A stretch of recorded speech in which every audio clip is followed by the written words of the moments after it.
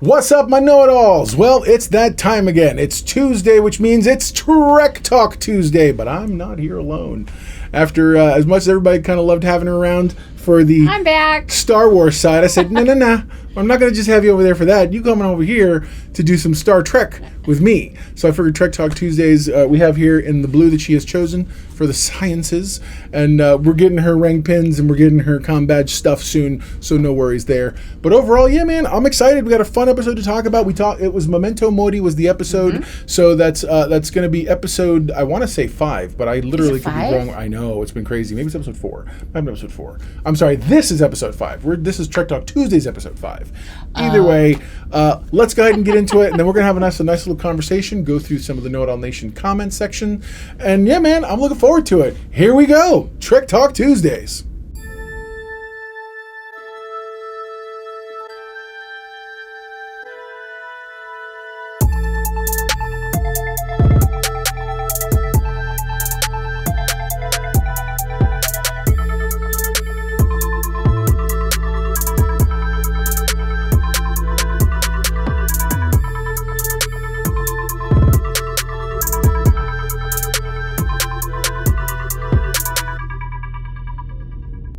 As you guys see at the top of the very top of the intro there, at the end rather of the intro, we have our special guest. So just like any good Star Trek episode, you got to have the special guest, and they get their own title card. Yeah, no, it's great.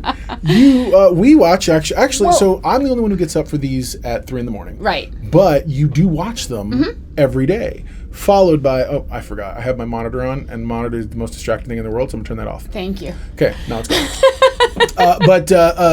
We watch it every day, followed immediately by watching my review of it. Yes. So she's very familiar with the episode Memento Mori. Short version, real quick for everybody. Otherwise, I'm going to put the title card, which will be up there. And so it's the episode Memento Mori. Specifically, the phrase Memento Mori means remember everyone dies. I'm paraphrasing. But that's exactly, remember everyone is going to die. Or death comes to everyone, I think is more formally how you put it. I know somebody had asked in the comment section, why in the world call the episode Memento Mori? It's one of those deep cut type reference names that you just kind of roll with.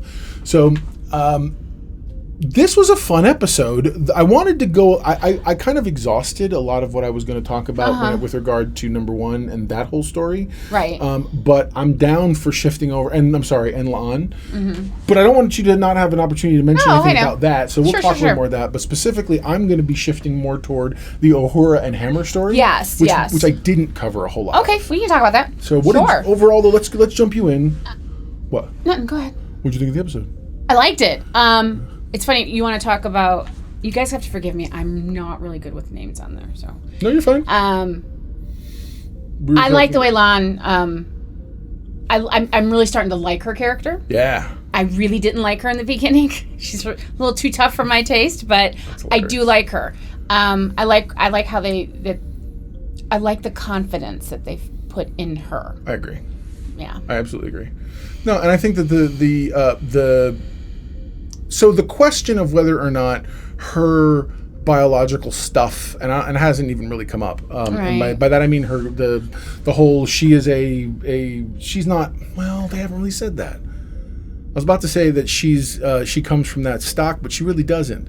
She comes from that family name, but it doesn't necessarily mean that she's genetically altered or anything. She's an augment. But she is. Is she? Yeah, I believe. I remember as a previous episode, and if I'm wrong, that's fine. But we should look and see. I thought when her and number 1 actually got into a battle, she had said that she was teased growing up because.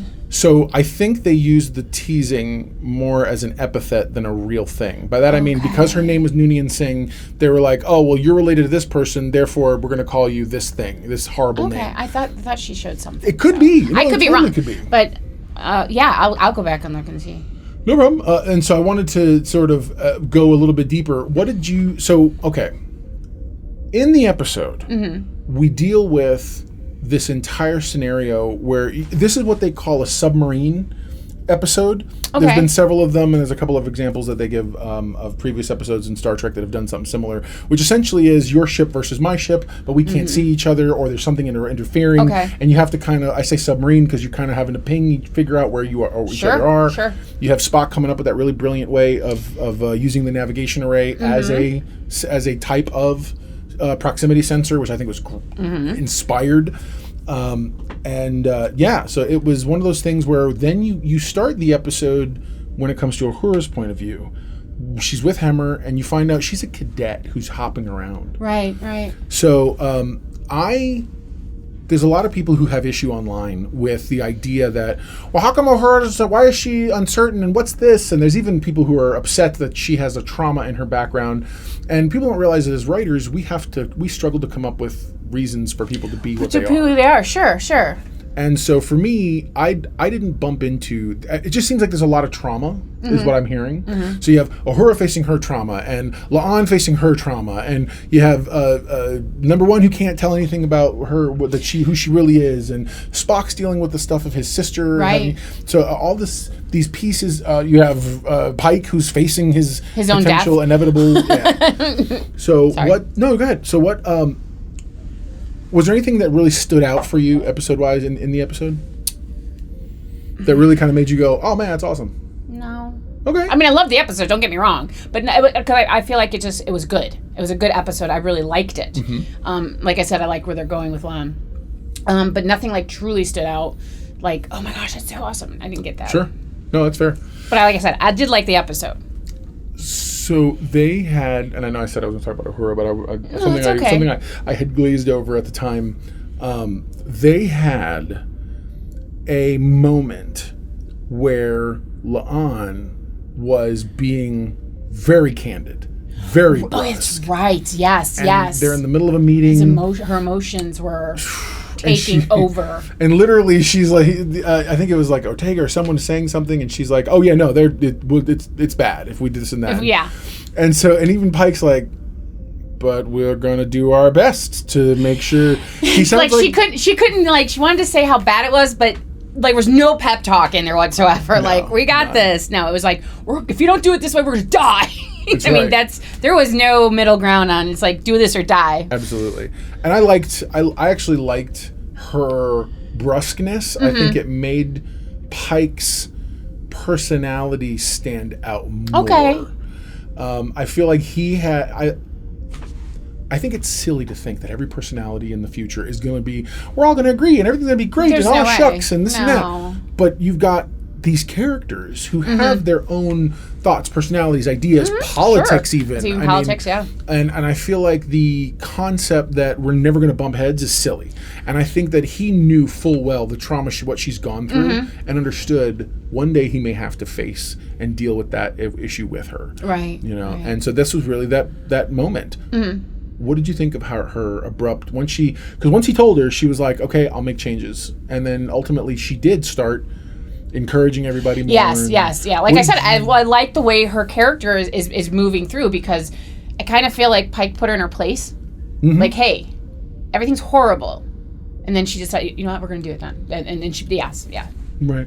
I think that sometimes we forget when you go. Remember, I say old Star Trek. Star Trek previously in previous years was 26 episodes, 22 episodes, 24 episodes, big long seasons. Right. They needed time. They gave you 14 episodes of Data discovering who he really is, or Spock learning how to touch his human side a little more. Versus this is kind of just we're getting 10 episodes in this season. Oh, I didn't realize it was just 10. That's it. They are cramming a lot in terms of making sure that the character arcs are what they are. And did it feel to you like her shift was a little too quick? Too abrupt? Yeah. Yeah. Okay. No, I do. I do think it was a quick shift. Very abrupt. Yeah, I feel like we're no time to process. She didn't or I still want to say meditate, but you kind of meld the information. She didn't. She's like, boom. Right. No, I get it, and I think that I'm very much about the character learning and growing and having her story, course, but at the same time, I feel like you're right. I feel like it feels sometimes like we get all this growth real quick because we only have 10 episodes. And we have to make sure there's some sort of a difference. I can see that, absolutely. And I'm okay with that because I understand it's sort of the give and take of doing an episodic series rather, which is very akin to how Star Trek used to be. And so it's and then you've got some of the more modern storytelling ones that are doing their work, Picard, Discovery, those kinds of things, Prodigy and Lower Decks and whatnot. Actually, Lower Decks is more episodic. I love Lower Decks. They're great. I do. I love the fact that. We're gonna talk about it. That baby know-it-all likes it too. No, dude, she totally loves it all. Loves it. So that show, and that was like my gateway to get her into Star Trek. So, and I'm excited that she enjoys it. And there are people who are like, if I wanted potty humor, I'd watch Rick and Morty and this and that. And I'm like, but it's not Star Trek. Right. You get to see your fandom in that light, and that's wonderful. And we should all be and I appreciate the heck. What's the one thing that I said? I said with like I haven't watched any of Prodigy. I know you have, but I've watched Lower Decks with you guys, and that's actually the nice. Well, when the first season of Picard actually is what did it. Yeah. But anyway, I don't want to go back too far back because I know we're talking about this episode. But me, where I was when I came into Star Trek, Strange New Worlds is perfect for me because I've watched Lower Decks. I've watched both seasons of Picard with you. I mean, and I kind of get a little more into the whole Star Trek thing. So, I mean, he puts it on in the bedroom, so it's on the television. It's not as lurid as it sounds, I promise. No, it's old episodes. I see Spock as I'm coming out of the bathroom. So I'm definitely gonna have to navigate this dynamic now, having a guest or having someone to talk about with, which I think is amazing.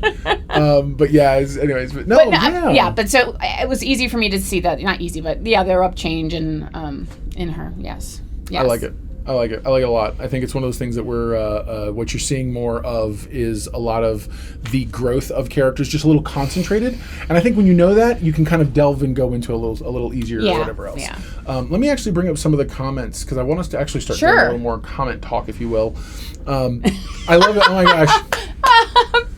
Peter T. Go ahead, read his question. Did they just leave the dog on the planet to die?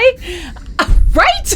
Like, take the dog with you. I'm like, what is going on here? Also, so apparently the Illyrians have dogs, and not just dogs, but very humanoid-looking dogs, like he has an Earth. Yeah, like dogs. There are dogs. I'm okay with that. Sure. And I think I've already answered why the question's called Memento Mori. Yeah. Yeah, man. Let me see. So, thank you so much. Thank you, Andrew Turek, for your thoughts and comments about the intro and some other stuff. I really appreciate that.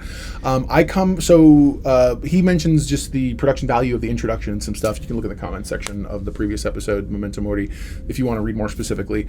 But I come from a production and broadcast background. I've worked in film and television, both as an editor, set designer, stage manager. I've been every part of all of these things, including executive producer of a show that we were trying to pitch. Anyway, so the one thing I try my best to do is put as much production value into the shows that I'm doing for a personal pride reason, which is I just want to make sure that anything that has my name on it looks the way it's supposed to look. And so that keeps your skills sharp. Absolutely. And I use all the fun tricks, the new things I've learned in order to do just that. So, yeah, man. Thank you for that. Thank you. Let's see. Here we go. This was the best episode so far.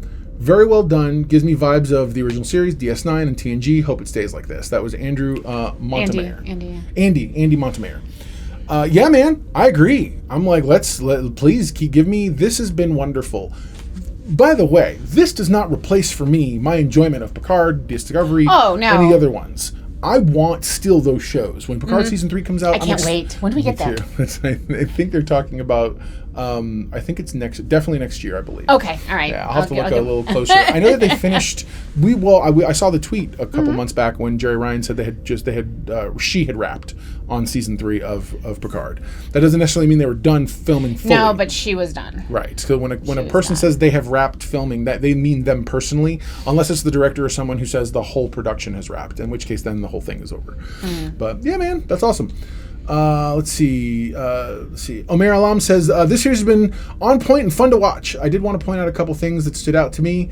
The very first is the scene with Chief Kyle carrying a crew member to safety, but the crewman ends up saving his life. Was quick, interesting moment. I love that. Quick but interesting moment.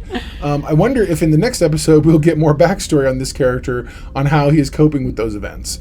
I like Kyle. I like Transporter Chief Kyle. It's a callback to there was an Asian transporter person in the original pilot for the Cage and the Menagerie, later on repurposed as the Menagerie and whatnot. Anyway, and the Cage, I believe he's a callback to that character in terms of being the Transporter Chief. I could be wrong. I have to look a little more in depth into those backgrounds. But yeah, man, I like the various ancillary characters that we're getting. One of the best. Go ahead. No. Keep going. One of the best characters we ever got back in Star Trek Next Generation at Deep Space Nine was Chief O'Brien, and Chief O'Brien started as the transporter chief. You only ever saw him on the Enterprise when they had to transport somewhere. So little by little, that character grew, and I'd love to see Kyle grow into his own, into some version of a Chief O'Brien-esque type scenario. Also, he's wearing the Scant, or their version of the Scant, which is a anytime you see anybody with the black sidebar version of the outfit, gold, red, blue, whatever, but it's longer and it goes down to almost their knees. That's their version of the Scant, which later on in Next Gen is that one that almost like a dress that both men and women wear, unisex, that they can both wear. They called it the Scant. Anyways, and so he's wearing one, and the Indian officer who's on the bridge, he's also wearing one. Okay. So yeah, man, it looks. Go ahead. I like number 2. What Omer said for number 2. I want to know more about Ortega. She's sort of the fun comic relief character, as well as a character that amplifies what the viewer is thinking, but it would be nice to get an episode from her perspective. I agree. I absolutely agree too. I agree 100%. I want to see Ortega. Yes. I saw a really mean comment on another channel somewhere where somebody was like, "Who's this blah blah blah with the lesbian haircut?" And I was like, "Dude, I've thought about her haircut's amazing. I love her. I love her haircut. I love the fact her name is Erica Ortega. I feel like she's an earthbound. She doesn't have a weird alien sci-fi sounding name. She has a name like a normal person. Yeah. And I'm kind of digging You get to see her an episode back when they were dealing with the whole was it the ghost? It was the ghost of Valyria, actually. It was this episode where she sees dude in the hallway just kind of taking his clothes off, and she's like, "Hey man, whatever, whatever, bro." I love her personality too. I do love her personality. So yes, I agree with you. We need to know more about Ortega. Absolutely. Let me see. The final comment for the episode was, "What a great episode! 4 for 4. I love how we didn't see the Gorn yet. They made you so afraid of them. They really did. They really did. And what you mentioned about the space battles, that's so cool. You see the Enterprise basically do this super maneuver and come over the ongoing ship is visually amazing. Yeah, I like La'an. Yeah. She reminds me quite a bit of Tasha Yar. She does. Tasha Yar was the blonde security chief season 1 of Next Generation. Got it. The one it's funny when I was doing my rewatch, every now and again Dawn would walk through the room, or she'd sit and watch a couple episodes with me, and I would point out, this is the blonde security chief. She's gonna die later. And you point out that she didn't last the first season, which is sad because she's actually pretty awesome. Anyways, I'm totally a Denise Crosby stan. I think, dude, stan Denise Crosby for clear skin. That's what my kid says. It's a thing. It's what the kids are saying or whatever. I don't know. It's fine. But anyways, yeah, man. That was great. That was really cool. I loved seeing the Gorn. Mm-hmm. What's up? Do you want to? No. I was just making sure that there was no more. Yeah, there's no more. No. It was just those 2 comments in that one. Okay. But yeah, man, that was really. I loved that episode. I thought that the episode was good. I thought it wasn't amazing or stellar. It was anytime you get those slow burns, which is like the submarine episode. Yeah. You're gonna get a lot of red lights, quiet, because everyone's like on pins and needles, and that's the mood they're building. Mm-hmm. So, but yeah, it was fun. I enjoyed it. I did. I really did. So then you go back to, again, Uhura. Now we go back to what I was really talking about, because I don't want to lose that through line. I thought Uhura's handling of not only Hemmer, but her situation, I thought was really good. Mm-hmm. So Hemmer has broken his hand. Mm-hmm. There's stuff that requires 2 hands to do, and he can't do that anymore. And right, because he's blind anyway. Right. And that's why he needs his hand. That's how he sees. Right. For this situation, that's how he sees. Sure. And so he's got to get Uhura to help, and I feel like we see Hemmer for the first time be vulnerable. Yes, because he's so. But I think that's a result of his. But I think it's his species. Okay. I think it's because majority of the of his species, Allurians, are blind. They're born blind, thus, and they communicate telepathically with each other, and they have other sensory stuff. And I feel like he was purposely put not in his place, but he was in a situation, and his curmudgeonly, well, everyone's going to screw it up anyway, ended up having to be, okay, fine, this is how you help, since you have to help, since blah blah blah, like almost being insulting about the fact she has to help. But then when she's doing it and doing it well, I did like at the end when he said, I'm going to give you top marks. You've done a really good job. You impressed me. Right. And I feel like, oddly enough, it's funny, as much as I feel like, I don't know that they earned La'an shifting her personality as much this episode as quickly. I do feel like we earned Hemmer saying that. Yeah, because he's been a jerk. He, like I said, he's so uptight and so jerky. So this reference won't mean much to you because you haven't fully watched these yet, but I fully intend to get her eventually. He reminded me of Odo from Deep Space Nine. Rene Aubergenois used to play Odo. Odo was a shapeshifter for those of you playing at home. And Odo's character didn't know where he came from. He was found by Earth scientists. They helped him. That's why he eventually took on the look he did. But he was always very tacitly. Actually, he wasn't found by humans. He was found by Bajorans. So he was always very tacitly and very cranky and curmudgeonly. But they eventually made him the constable on Deep Space Nine because of that. Only Starfleet could have actual officers, so he had to be something else. He was rolled into the Bajoran rank system. Okay. And so he was a constable or police officer on board the thing. But he was very grumpy and very cranky, though he was very smart. Similarly, I feel like Hemmer he comes from a species who doesn't see blindness as a shortcoming. Right, I remember that from that episode. Yeah, I remember that. But everybody else in the universe, so to speak, does. They see it as an impairment. And as a result, that would... Dude can read minds. Let's not... He's definitely not impaired. But I'm saying if people are trying to sit here and be a nag at you and start, do you want me to get the door for you? Do you want me to help you this and that? Eventually you'd be like, what are you doing? Why are you being this way? And that would make you cranky and grumpy. That's true. Especially when that's not where the culture you're from. So I think it's not a natural environment for him. Right. That's great. That's a great way to put it. Absolutely. I also did like, and I did mention this in my review, I did like the fact that even when the door opened and you see Uhura's strap thing come loose, even though his hand is broken, he remains holding on. Right. He holds on to her. He holds on to where he's got, and he's able to really kind of not let her go because they had to open up the thing. They had to open up the to get that little device out that they were going to blow up as their red herring to show the Gorn that they had blown up. That they're gone. And so it was. I liked a lot of what that episode was trying to do with the character of the Gorn. I liked what it was doing with Hemmer. I liked what it was doing with Uhura. I do feel like some parts feel like they're going a little quick. I would like to see, I think I did mention this in the review, I would like to see more proactive Spock, and I think next episode is actually going to be Spock and Pike. Yeah. For sure.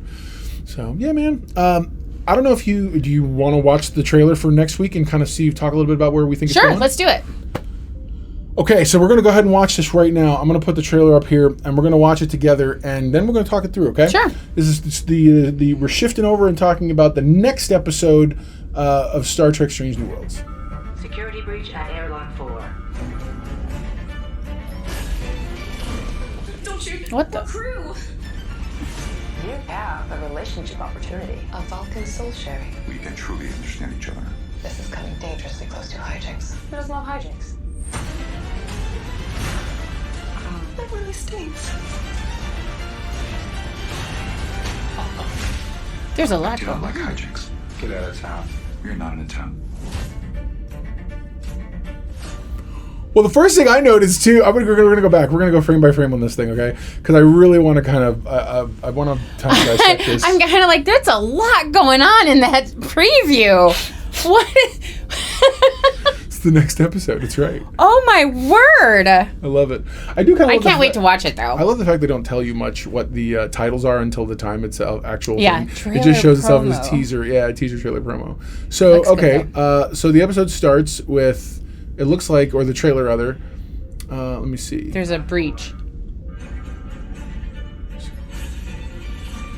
Don't shoot. We're crew. We're crew. Who are these people? It's a Bolian and another human of some sort. I think I recognize the female, the Asian female. No, the Asian female is she was the one who filled in for Uhura a couple episodes back as in communications. So so I've seen her there. I don't know where the Bolian came from. He's the blue face guy, but. I'm getting a very whimsical feel from this episode. Yeah. I think the episode's actually titled Spock Amock because I remember an episode list. I think, which is why you're getting this kind of callback to the Amock time set and whatnot, and that whole idea. Sure. And that is we know from a clip that was shared, a teaser clip, not a trailer, an actual clip from the episode. That's in Spock's head. So everybody's been worried, like, oh, but we know Spock doesn't. What's this fight? What's going on here? This is not how Amock time. That's the original series episode that they're getting a lot of their information from, and you're absolutely right. So, but we know from that teaser clip that they shared earlier in the week or last week rather, the end of last week, that it's literally just in his head, because in that moment you see Spock in the clip that they have. Spock's facing T'Pring. T'Pring's explaining, I want a divorce. I don't want to be with you, whatever. And he's like, why are you invoking this challenge? Right. And she says, because look, and he moves his hair, and his ears are now round. So somehow it's going to be his Vulcan side has to face his human side. That makes sense, yeah. And so I'm excited for them to explore a little deeper. A lot of folks agree Spock's coming into his own. The actor who's playing him is really I like him. Yeah, he's actually Gregory Peck's. Yes, that's right. When we looked him up, that's right. Ethan Peck. He's Gregory Peck's. Is it son or grandson or something? Ethan Peck. Yeah, grandson, I believe. Yeah. Actor, he's been in a bunch of stuff, and I'm really excited to see kind of him continue Spock's journey, because he's really been channeling Spock in a big bad way that I love, and I'm all about, and by that I mean like the straight man jokes and the those really like, it's like I don't quite get humor and this and that, and they even did a little one in this one. But okay, so then we see a funny alien ship. A relationship opportunity. So then you have this thing where A Vulcan soul sharing. Chapel is talking to T'Pring, which is Spock's betrothed / committed wife, not wife, because the Vulcan stuff is a little different. They're essentially married, though they haven't had the full-blown ceremony. They're promised to each other in a way that's unbreakable. So I find that interesting to see Chapel talking to T'Pring, which kind of makes me wonder, like, how does this whole thing, where'd this come from? Now, I noticed that they're in like a jumpsuit of some sort, like almost like a jogging suit. She is, yeah. So I'm trying to see like if that, see Chapel's in this like green jumpsuit thing. Opportunity. A Vulcan soul sharing. Vulcan soul sharing. Understand each other. This is coming dangerously close to Hi-Jinks. Who doesn't love Hi-Jinks? Okay, I love the fact that they have really they're writing Vulcans in a way I haven't seen done well. And by that I mean these Vulcans are funny, but they're funny in their non-funny, non-funny way. Yeah, in their stoicism. Way. Yeah, that's great. Yeah. I'm like, how is she like? Especially she's like, this is getting very close to Hi-Jinks, and you're like, she delivered that. Like, I believe that's awesome. I don't know. I guess I've always seen Vulcans as the straight man, but I've never seen them as the straight man that was on purpose funny also. Right. I think a great example of somebody who's like that is Sheldon from Big Bang Theory. Sheldon comes across legitimate. I don't think Sheldon's actually trying to ever be funny, but he's really funny. And so likewise, they're writing Vulcans in a way that I find refreshing. I really do, because it doesn't take anything away from Vulcans, their logic or any of that stuff, but it's giving us a side of the personality that you haven't that we haven't had explored before. That doesn't mean it didn't exist. It just meant it just wasn't explored. Yeah, I mean, come on. Anybody who saw Voyager, Tuvok had more than his fair share of being funny at times. So don't act like you've never seen it. Anyway, I'm sorry. She has no clue what that is a reference to, but it's I love you. And then you have this crazy thing where Why are they? La'an shoots. One. She And shoots it stings. and everyone's like, ow. I'm like, are they playing tag? Are they being mind controlled? What's going on here? And whatever it is, I'm down, man. And she's also wearing the Scant type thing, or whatever else too. Is this like a It looks like they're on vacation at the lake. It does. Mbenga's in a fishing getup. So this is okay. Okay, so what's this? So this is. Let me see if I can go back. Okay, it's gonna go back a little too far. Let me see if I can just get back a hair because I want you to see. Okay. This is the two. Okay, this is the scene where the two. It looks like it's gonna be the Amock time set. It's the big Vulcan ceremony thing. That's human Spock. That's why he's wearing the Starfleet uniform.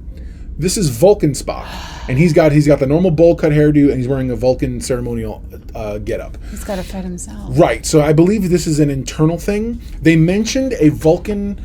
She mentioned a soul bonding thing, and I have a feeling that the soul bonding is going to be, or the soul connection, whatever, is going to very much play a big major role in their. I believe this is not only showing us Spock's background, a little bit about him, I think it's also giving us a little more about that relationship. Sure. Here's the thing. Prior to the episode of Mock Time, we never saw Spock in relationships. We didn't know anything about that setup. We didn't know anything about what they go through. And even what we got in the episode, though it was wonderful, only really skimmed the surface of what is there. So seeing all this new detail and all this new history pulled in, I kind of want to go back and watch a Mock Time with this new lens. So I'm excited. I really am. One of the things I talked about with one of my friends at work when Strange New Worlds was going to come out, and they had asked me, they said, hey, you're going to watch that new Star Trek show? And I said, yeah. Was that I feel, and this is probably the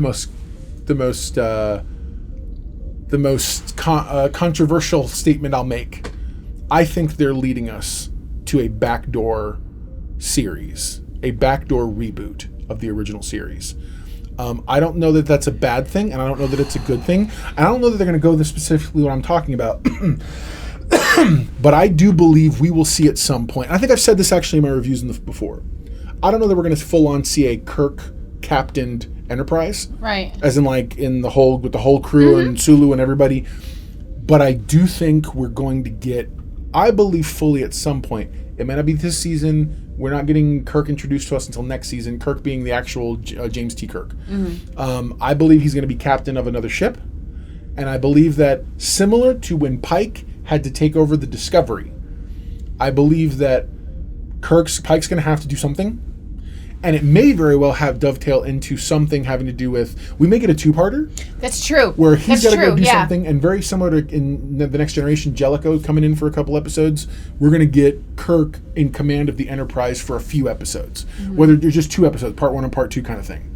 And I believe. There's nothing that said that, but I believe because there's so much room to tell more of that backstory that I'm down for. I'm here for it. I don't have a problem with those things. So I would love to see them introduce a young Ensign Sulu or Ensign Chekhov, or have Hammer down the road, whatever else, and maybe a Lieutenant Scotty works for him or whatever. You know what I'm saying? Mr. Scott rather works for him. So I feel like there's a place in which you can get very close to seeing our old characters in a new light, and I'm okay with that. I really am. And because I'm learning, this is pretty cool. Yeah, man. Yeah. I got you as my teacher, but you know what I'm saying. It's exciting. It is. I'm really enjoying this. Right on. All right. Well, that's really the most that I wanted to talk about for this episode. Comment below. Let me know what you think. Let us know what you think. Yeah. Did you enjoy having our new bridge officer here on the Know It All Nation, Mrs. Know It All, of course. And yeah, man, I love these shows. I can't wait for this Thursday, so I'm looking forward to watching that. And it'll be business as usual with me on the show. But then if she's down, I'll have her on for Trek Talk Tuesday next week, and we'll talk more again. We'll see. So we'll yeah, for sure. We'll play it by ear. But yeah, man, I've been really excited. So never forget, man. Sorry, not never forget. See, I don't even know how to end my show now that you're here. Aww. Sorry, no. Comment below. Let me know what you think. Like, subscribe, click the little bell icon to be notified when new content drops. But there you go. Now you know. And if knowing is half the battle, you're halfway to being a know-it-all yourself. So here we go. I will talk to you guys on Thursday, and she may or may not see you next Tuesday. Either way, never forget, everyone loves a know-it-all.